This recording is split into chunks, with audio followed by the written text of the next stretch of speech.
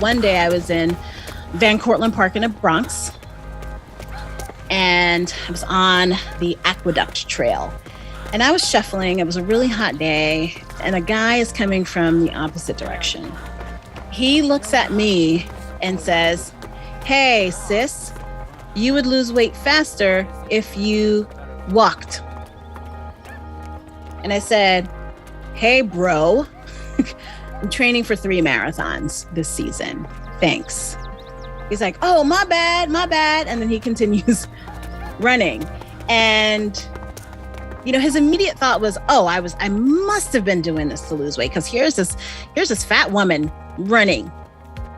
She must be trying to lose weight. So I'm just going to insert my little commentary, unsolicited advice to her about walking so that she can lose weight faster." It makes me so angry that people think that they have the right to comment on whatever it is that I'm doing, or that they think they know why I'm doing what I'm doing. You don't know. And you do not have the right to comment on me or my body because you feel like it. I didn't realize That's an interesting question. I've never heard of it from that So let's talk about that. I think you need to come over, stand in my shoes. Agree to disagree. This is Top of Mind. I'm Julie Rose. Mirna Valerio doesn't just do marathons. She does ultra marathons. We're talking 30, 40, 50 miles, often on trails. She's been featured in running magazines. She's sponsored by a bunch of athletic gear companies. She's also obese, based on the height and weight chart we're all familiar with. I'm a plus size woman, and most people don't think when they see me, oh, there's an athlete. And when she tells them she's a runner, oh, wow. So do you do 5Ks? No, I do ultramarathons. So do you walk the entire thing? Is this your first one? Or, why haven't you lost weight if you run so much? that is the real hang-up, isn't it? We are trained to believe body weight is the best indicator of a person's health and fitness, that thin bodies are healthier than heavy bodies, and that someone who exercises as much as Mirna Valerio should be lean. But Valerio is not some biological anomaly. She is just a clear example of the trouble with our assumptions about body weight and health. Today on the show, we are exploring that disconnect and how it's made us all less healthy. My legs are strong. My heart is strong. My hips are really strong. I can do things that, people who don't exercise can't do. And I can do them for a long time. That is a marker of fitness for me. That endurance that I have, the ability to try different sports, the ability to do them for a long time. Valerio says her blood pressure, cholesterol, glucose levels, they are all great for a 46-year-old Black woman. I'm looking at my resting heart rate right now. It's 54, which is pretty good. Yeah, 54 is really good. So it's just her weight that doesn't fit society's picture of fitness. Valerio has been plus-sized since she hit puberty at age 9, but she's always been physically active. A turning point came in middle school. The very first day, we were allowed to pick our after-school co-curriculars, and I tried out for field hockey, and it was really, really hard. It was so tough. I'd never run that much in my life on grass, number one. I had the wrong shoes on, I didn't have a sports bra on or anything, and so we had to run a mile to warm up, and then we warmed up with stretches, and then we had to run a timed mile, and then we had to do what used to be called suicides, now they're called line drills. We had to do 2 sets of those up and down the field. And the entire time, my body is not feeling great. I am so tired. And I'm like, when is this going to end? I can't do this, but I'm doing it slowly. And then the coach comes up to me and says, hey, I think she's going to say, hey, no thanks. Go do community service or go try out for volleyball or something. But she says, hey, you're out here. This is hard. I know, but you're doing it. Clearly you want to be here, right? Keep it up. And that is why, folks, I became a runner. I became a runner because I was so enamored with that coach and the fact that she didn't yell at me and the fact that the entire team was so supportive of me and so wonderful and kind and friendly And nobody said, you don't have the body for this, Mirna, or you'd be better at this if you lost weight. Never, ever, ever did anyone ever say that to me. And, I know that's not the experience of most people. But yeah, and I just kind of flourished. I really, really loved the camaraderie of the team and how everyone's working individually to make themselves a better player for the team. So I started running in the mornings so that I could run up and down the field without getting tired. And then I started to love running. She kept at it all the way through college and into her life as a new professional and young mom. But then life got too hectic, and running fell off her schedule. At one point, she was commuting between Maryland and New Jersey for work, trying to get a graduate degree, and dealing with a chronically ill child. And on one of these commutes back from Maryland to New Jersey on the weekend, I had my kid in the car, I'm driving on the highway, and I started having these chest pains where, I was like, well, am I having a heart attack? Oh my goodness, these chest pains came out of nowhere. She made it home and went to the emergency room. Where after a couple of hours of tests and stuff, they told me that I wasn't having a heart attack and that I had a panic attack. And so that was really eye-opening for me after I denied it, of course. It's like, there's no way I'm having a panic attack. I mean, like, I'm like calm, cool, and collected. Why would I have a panic attack? In hindsight, I look at all the things that I was doing, the fact that I wasn't sleeping, the fact that my kid was sick all the time, that my husband had a crazy schedule, that I was working all the time. I would get up at 4:00 in the morning and work, and then go to school, teach, do activities on the weekends, run a dorm at night, and then not get to bed until 1:00, and then wake up at 4:30 the next day and lesson plan. And so I had to see a cardiologist after the ER visit. He told me that I was going to die if I didn't change my lifestyle. And that was mostly related to the fact that I had such a high stress level in my life and that I didn't sleep. And he said, you could stand to lose a couple of pounds as well, but mostly you need to reorganize and reprioritize your life if you want to live to see your son grow up. And so that was it. I knew that running was the thing that was missing from my life, because I had stopped doing it and I knew it made me feel so good. I got on my treadmill the day after that doctor appointment and said, well, here we go. And I started with a mile again. It was very painful. What did you weigh at the time? You said you had to lose some weight. I was over 300 pounds. When you started back into exercising, then, was weight loss the primary goal for you? I wouldn't say it was a primary goal. I would say it was a goal. And also, and that had been corroborated by the cardiologist. He's like, well, you could stand to lose a couple of pounds. And it wasn't like you need to lose 100 pounds or you need to lose 150 pounds. The main thing that he had said to me was that I had to reprioritize my life. And so that's what I was working on. I knew that running would be a part of it. I wasn't concerned about the way I looked. That wasn't a thing for me. It was never an aesthetic ideal for me to be smaller. But if he thought that it would help me feel better, then I was going to do it. So I did. And I ended up over the next 2 years or so, I lost just under 70 pounds. Mostly it was exercise. And then I plateaued, but I just kept exercising and I just kept moving because it's good for me. Does your weight affect your running ability? Does it? No, physics. I'd probably be faster. If I weighed less. Are you more prone to injury? Do you have to worry more about your ankles, your knees, or your hips? Good questions. I am going to say no, that I'm not more prone to injury because I am bigger. My body is acclimated to running. And I look at my thinner friends who have the same exact injuries. a torn meniscus or a little bit of arthritis in their knee or whatever. Also from comments from my orthopedic surgeon who repaired my meniscus, my torn meniscus. I said, hey, do you think it would make any difference if I, say I lost 100 pounds or whatever? He's like, no, because, well, he said, you have a little arthritis in your knee. That's typically genetic. But also you've been running for a long time. So it's bound to happen.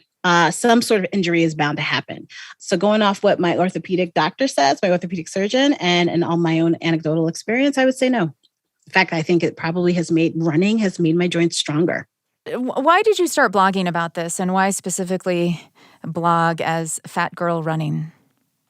So I started my blog in 2011 when I was training for my very first road marathon, the Marine Corps marathon. And I wanted to kind of tell stories about what it was like to be an endurance athlete, as a Black plus size endurance athlete, in a field of much thinner, mostly white athletes. It got some attention.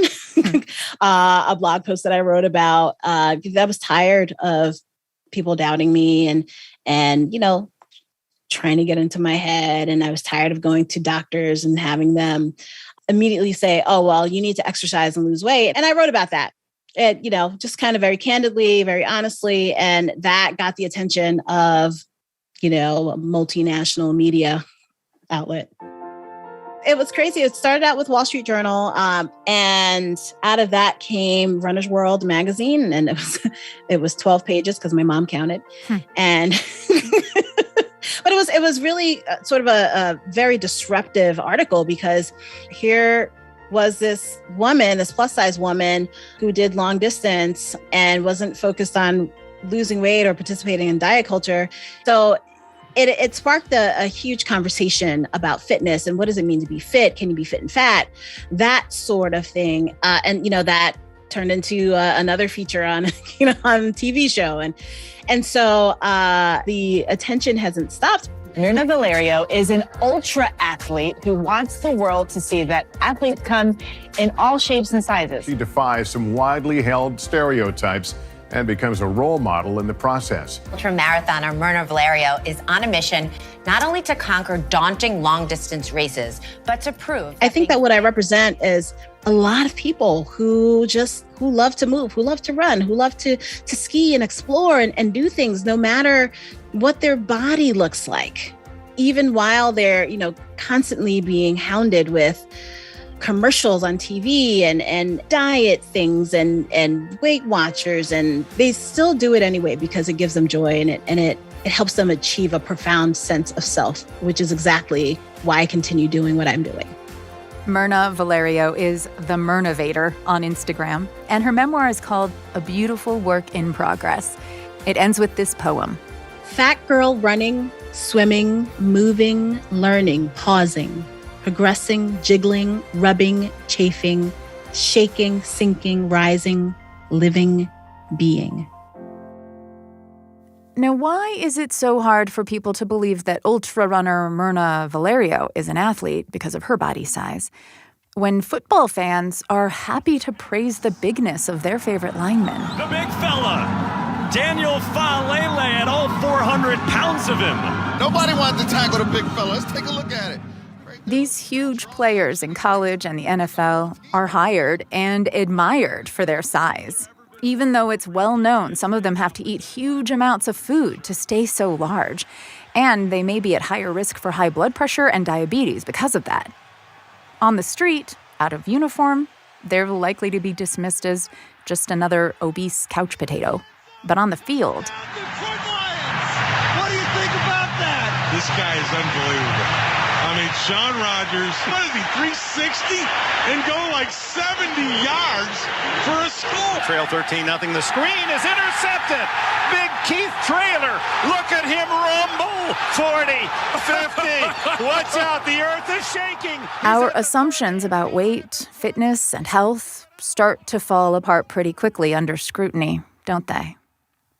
Now meet Catherine Hively, A few years ago, she had a really bad flare-up of her IBS. Which is irritable bowel syndrome. My body doesn't always work well with food.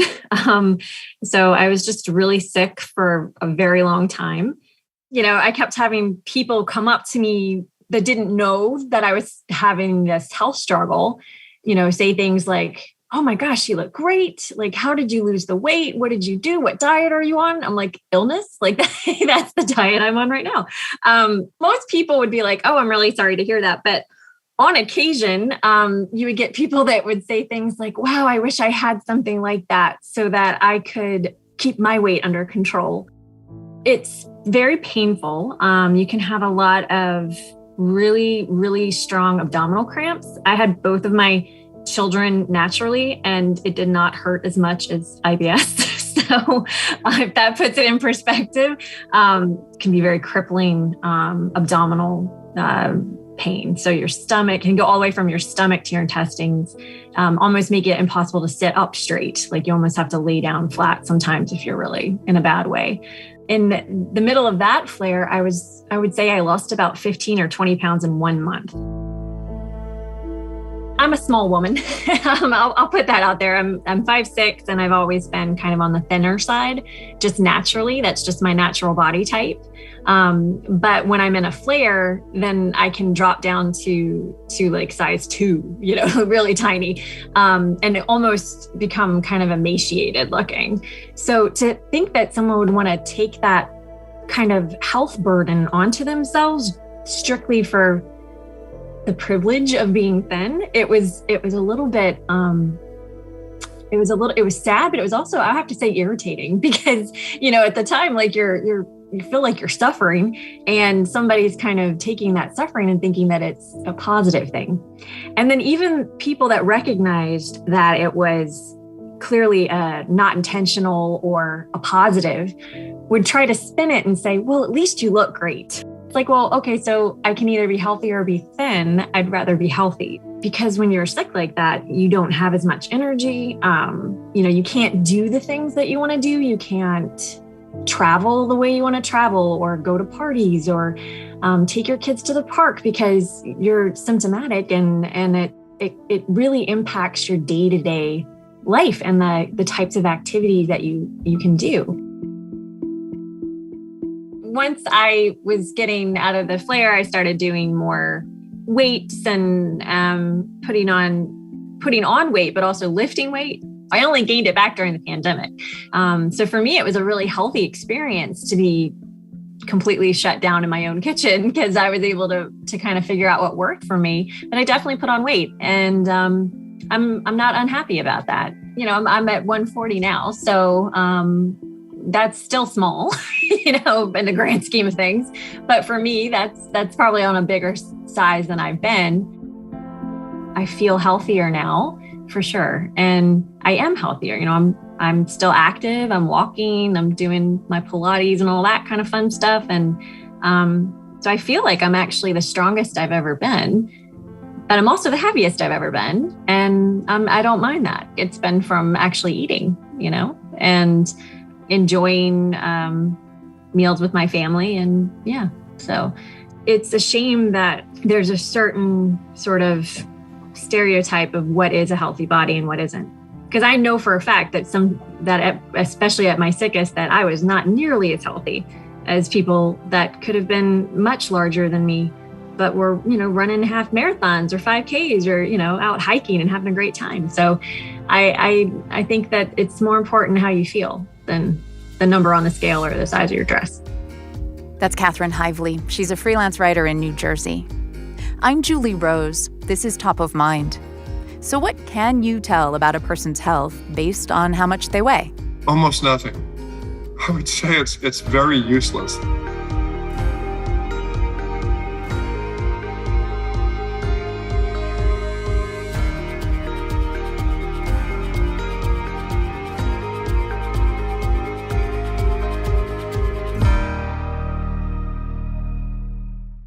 It's Top of Mind. Thanks for listening. America has an obesity epidemic, according to the Centers for Disease Control and Prevention. The majority of adults in this country are overweight or obese, and that rate has tripled since the 1960s. In addition to being bigger, we're also less healthy. Rates of heart disease, stroke, diabetes, and cancer have all gone up. And the message we have heard loud and clear is that obesity is driving our health problems. But 30 years ago, exercise physiologist Glenn Gazer says he started really doubting that claim. I became aware of a lot of research that had been published that seemed to suggest that conventional wisdom was missing a big part of the puzzle, and that had to do with lifestyle, particularly exercise and diet. Gazer is a professor at Arizona State University, and he wrote a book about this back in the 90s called Big Fat Lies, The Truth About Your Weight and Your Health. And all the research that's been published since then pretty much confirms what I had laid out in Big Fat Lies some 25 years ago. That body weight is not an accurate gauge of health. Let's take 100 people, 100 women, let's say, all of the same age. You line them up according to their body fat. So you have the leanest on one side and the heaviest on the other side. Then let's say you go down that line and you take each woman's blood pressure. You'll find that on average, you'll have a greater likelihood of finding high blood pressures in the heavier people than the thinner people. So then you have to ask the question, is this due to the weight or is it due to the lifestyle? To try and answer that, you'll have all the women fill out questionnaires about their lifestyle, like their eating habits and their exercise habits. And again, you find a correlation with body weight. The people who are on the heavier end of that side of the room, they will have on average lower diet quality than individuals on the leaner half. Same thing for fitness levels and physical activity. But you still don't know if the heavier people have poor health because of their weight or because of their poor diet and sedentary lives. One easy way to resolve this is to take the individuals on the heavy end of the room, make them start an exercise program, and give them a healthier diet to consume. And you find out in very short order, on a matter of days or weeks, their health improves, even though their weight may not change at all. So this tells us that it is primarily the behaviors, the diet and the exercise, that are far more important contributors to overall health. So do you disagree then with the CDC that obesity is a disease? Yes, it's not a disease. And let me tell you why. If you define disease in the way the CDC does, that means everyone with a body mass index above 30 has a disease. That is wrong. That is absolutely incorrect. If obesity is a disease, why is it that for people over the age of 65, it is better to be moderately obese than it is to be lean? Survival is greater for an individual who has a BMI of 30 than it is for an individual who has a BMI of 20. Wait. Okay. It's better to be overweight or even obese when you're over the age of 60? Better in terms of, you're going to live longer if you're larger?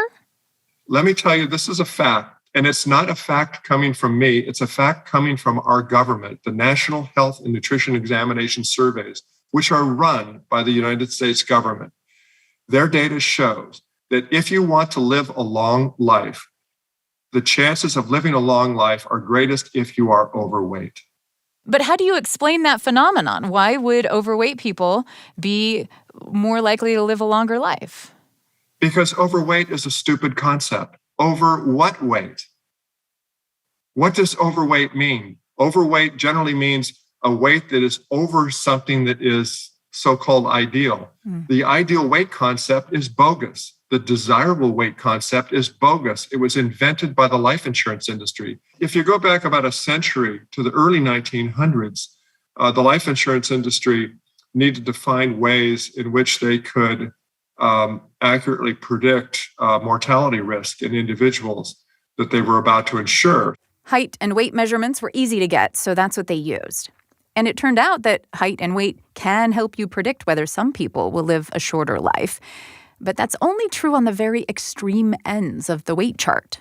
For a given height, people who are very, very thin are at high risk, and people who are very, very heavy are at high risk. But for the vast majority of people, and by vast majority, I mean probably 75 to 80% at least of the population, fall into this middle area that doesn't seem to be able to predict much whether you're a good or bad mortality risk. But those height and weight charts caught on anyway.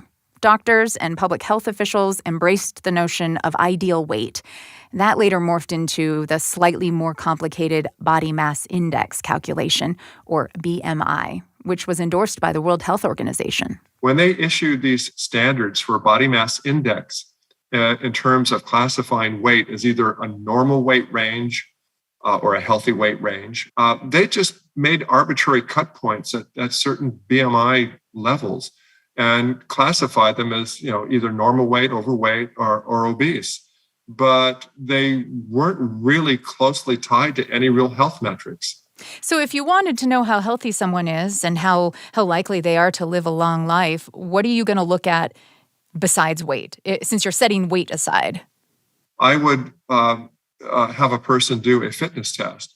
I would basically put them on a treadmill or a cycle ergometer and incrementally increase the workload until they reached a maximum.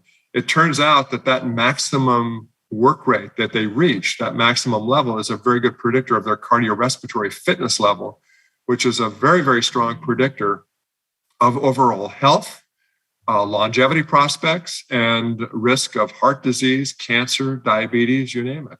I would also take a look at their diet. We know from research that there are certain dietary variables that seem to predict better health outcomes. Generally, plant-based diets that are rich in fruits, vegetables, whole grain products, and that are low in red meat and processed meat and so forth. These sorts of diets seem to predict health outcomes far better than just knowing what a person's weight is.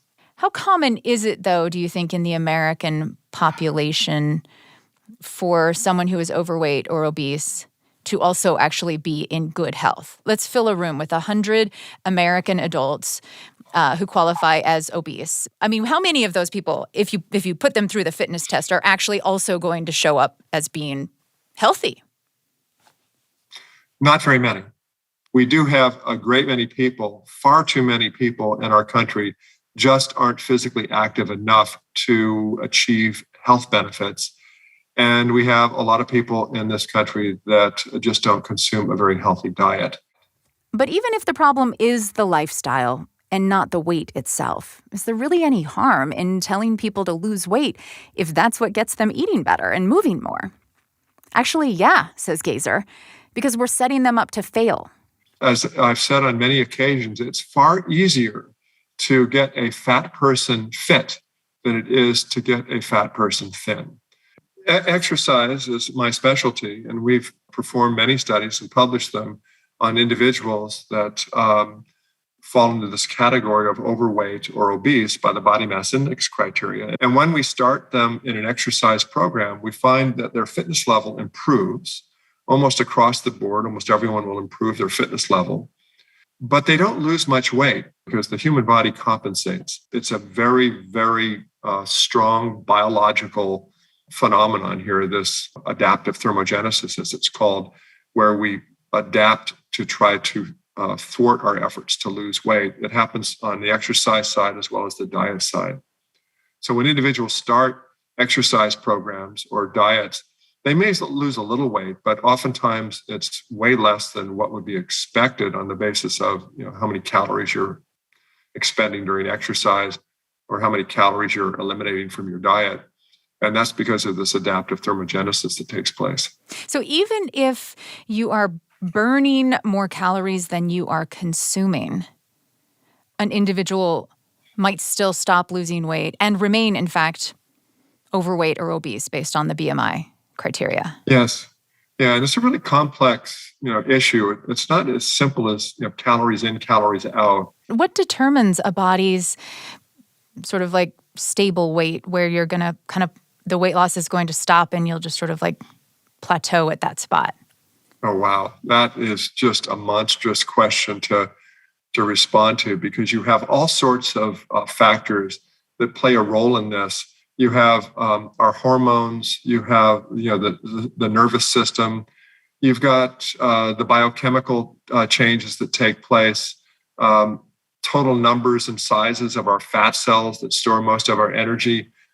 These things can change. So it's huge. So for example, throughout my adult life, my weight fluctuates maybe over the last 40, 50 years since I left college. My weight has stayed fairly constant, maybe 5 to 10 pounds either way. And that depends a lot on how intense my exercise regimen is. I mean, I used to train for marathons, done a lot of long distance cycling. When I'm doing a lot of that exercise, my body weight tends to go down a few pounds. When I lay off and go to lighter routines, I gain a little of the weight back. And so my set point range is plus or minus maybe about 5 or 6 pounds. But a lot of individuals may have set point ranges that are a little bit higher than that. And that might be due to the fact that they might try more rigorously to lose weight at certain times. But everyone will fluctuate within that set point range. And that's pretty much determined largely by just genetics. And this is why the focus on body weight has backfired. Since we're told that success means weight loss, people quit the behaviors that improve their health when they don't see the right number on the scale. This is basically what we call in this latest article we published a futile cycle, a weight loss futile cycle. We get all excited about trying to lose weight. We get started on a weight loss program. And typically the amount of weight that is lost is far less than what is desired. So people tend to get frustrated, demoralized. They quit the program. They regain everything. And we go into this cycle over and over again. And there's evidence that that kind of weight cycling increases a person's risk of dying from cardiovascular disease. So the message that weight loss is the path to better health has made America less healthy physically and mentally, since exercise and good nutrition are important for emotional well-being too. We've been framing exercise and diet merely in terms of calories. They're a means to weight loss, and I want to see that changed. The exercise and diet should not be viewed as a means to an end, but as ends in their own right. Healthy eating and physical activity are important behaviors that produce good health, regardless of one's weight and whether or not one loses weight. Glenn Gazer is an exercise physiologist at Arizona State University, and he's author of Big Fat Lies, The Truth About Your Weight and Your Health. Today on Top of Mind, we've heard about the physical costs of believing that body weight is the best measure of a person's health. There are also significant psychological consequences.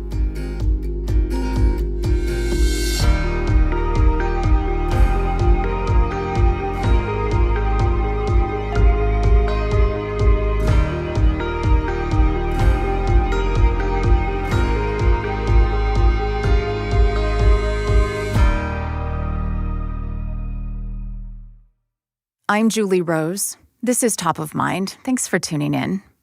On the most extreme end of the spectrum, society's obsession with body size can fuel eating disorders, which have become so common in America, nearly 1 in 10 people will have one during their lifetime. So that is where we need to start with Corrine Hannon. I am a clinical psychologist, and my specialty is working with eating disorders. It's kind of like you come on the scene with a certain amount of water in a glass, and that's your predisposition to developing any mental illness or any medical disorder. And then the stress of the environment is like pouring water into the glass. And when the glass overflows, you can be diagnosed. Mm-hmm. And with eating disorders specifically, I think our culture's obsession with thinness and weight and lifestyle as some sort of a badge of honor, I think really contributes to that water overflowing in a lot of people. Can people have an eating disorder and also have a large body? Absolutely. I think what's so commonly misunderstood is that eating disorders have a look. And to look like you have an eating disorder, you just have to look like a human being with a human body. I have had clients come into my office in what others would describe as a very large or fat body size who are physiologically and metabolically starving and eating the amount of food that really would not sustain a toddler. And because of their body size, doctors and people in their community just assume that they're overeating or eating in kind of an out-of-control way. I had a client come in. She was really suicidal. I had to hospitalize her actually for her suicidal ideation. She was in a large body size, and she was desperate to shrink her body, desperate to lose weight. She came from an ethnicity that have larger bodies. And I feel like her body was perfectly normal for her, or possibly like she had gained some weight in the course of maturing over her life, or possibly because of her poor relationship with food. And everyone that she encountered would tell her to lose weight. Her mom would, her dad would, her family members, her ecclesiastical and church leaders, and the medical professionals that she encountered would tell her to lose weight. And when she landed in my office, she had a severe eating disorder, very restrictive, intensely restrictive, eating calories that would make anyone lose their ability to concentrate, to learn, to think, to remember, to function. And most people didn't believe her. They're like, well, you can't be this size and be eating that little. You must be lying. You must be hoarding. You must be, secretly eating food. And in hospitalizing her for her suicidality, which is very, very common with people who are restricting, because your brain especially gets so compromised, it's very common to have high levels of suicidal ideation. In the hospital, she was fed regularly and became stable, right? But sometimes because of the history of dieting with her, she could gain weight very, very quickly and easily with normal food levels because her body was trying to feel safe. So this is an example of misunderstanding, misdiagnosis, miseducation, and it's very difficult for my clients to continue to eat normally, especially if normal eating leads to weight gain due to metabolic, genetic, and or other issues, because they get such little reinforcement in their lives to stabilize their eating. What they get reinforcement about is getting smaller at all costs, even if it leads to you being suicidal. In fact, as soon as she got out of the hospital, one of the first things her mom said to her was, "I have a new diet for you to try." So it's like a sickness. That's the sickness I feel like in our community, is the obsession over shrinking people's bodies.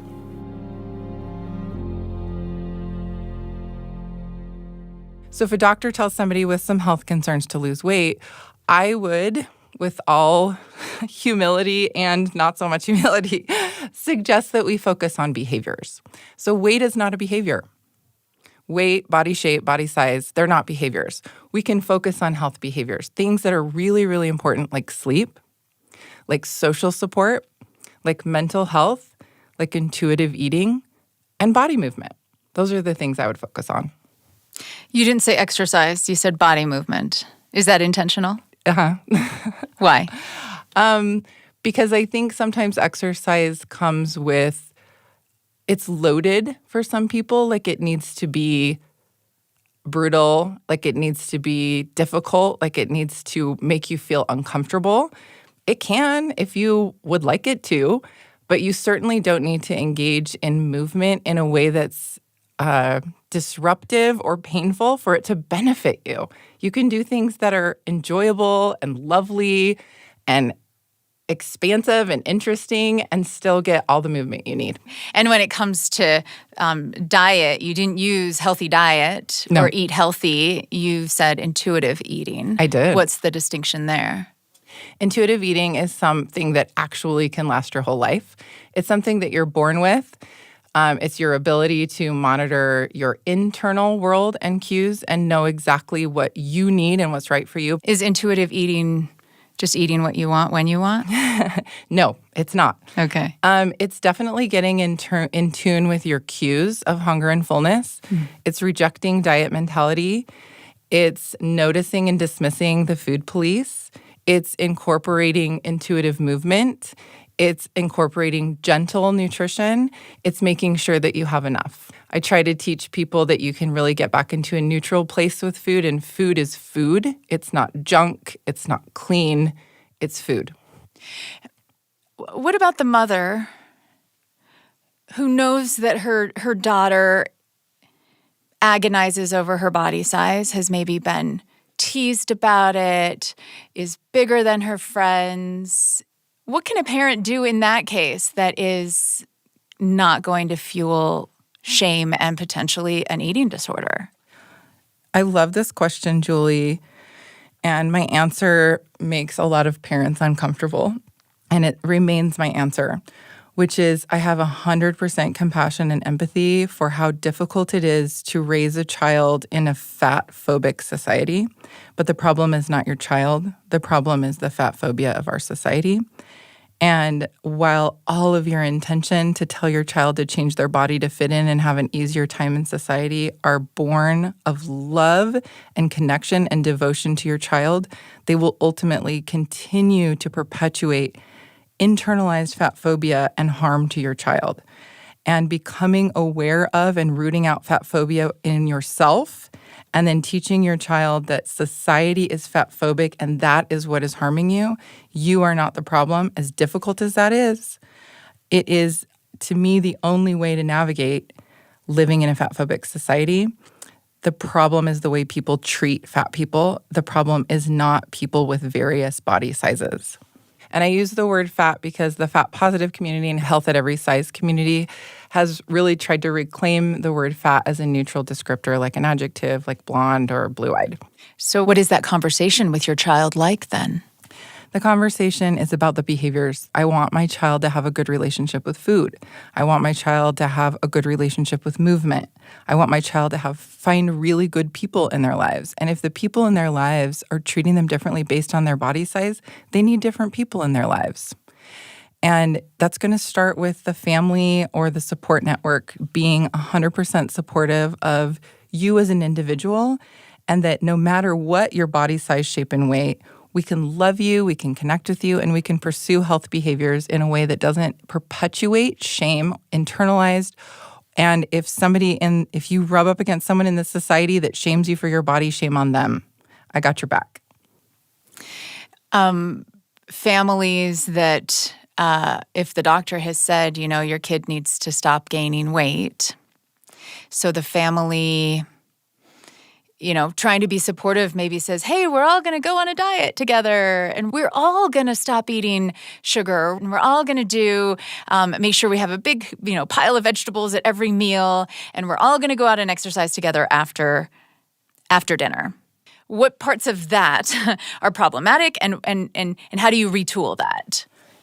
Okay, so what I would say about that is that at the seed of this plan is a family who wants a healthy, well-adjusted child. And this current plan of dieting and restricting sweets and pumping up the exercise seems like a good plan. And it might even look like and behave like and show results of a good plan in the short term. In the long run, there is too much overwhelming evidence that you are putting your child at risk for a difficult, complicated, problematic, possibly disordered relationship with food and movement and sugar, which you're never not going to have access to. And that if you really want health and wellness for your child, set really good habits now with normalizing that sugar is always going to be available, that you can have a good relationship with food by listening to your body, and that you can have a good relationship with movement that doesn't have to be all or nothing, and that this will ultimately pay off. In fact, I say to people, if you really are afraid of your child gaining weight, and I don't blame you because our society is brutal to fat people, especially to fat children, the last thing you should do is diet a child. If you had a child who is just kind of a bookworm in a homebody, and, isn't hungry to move their body. How do you talk about body movement? If you're trying to encourage behaviors, but this isn't necessarily a behavior that they're excited for, then it becomes something they have to do because I'm told I have to do it for my health. So one thing I want to say about that is I'll have parents ask me that question.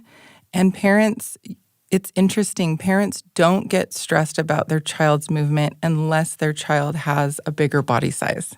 If their child has a naturally thin or small body size and are quote-unquote couch potatoes, parents don't tend to be as stressed about it. So that alone is evidence of fat phobia. If you're just genuinely wanting to teach your children to move, I have 3 children and I love to teach them to move, and sometimes they're not interested in moving. I just try to have conversations about it in terms of the effects on their mental health. And I ask them to try to notice how they feel. Like one of my kids plays soccer, and sometimes he's not in the mood.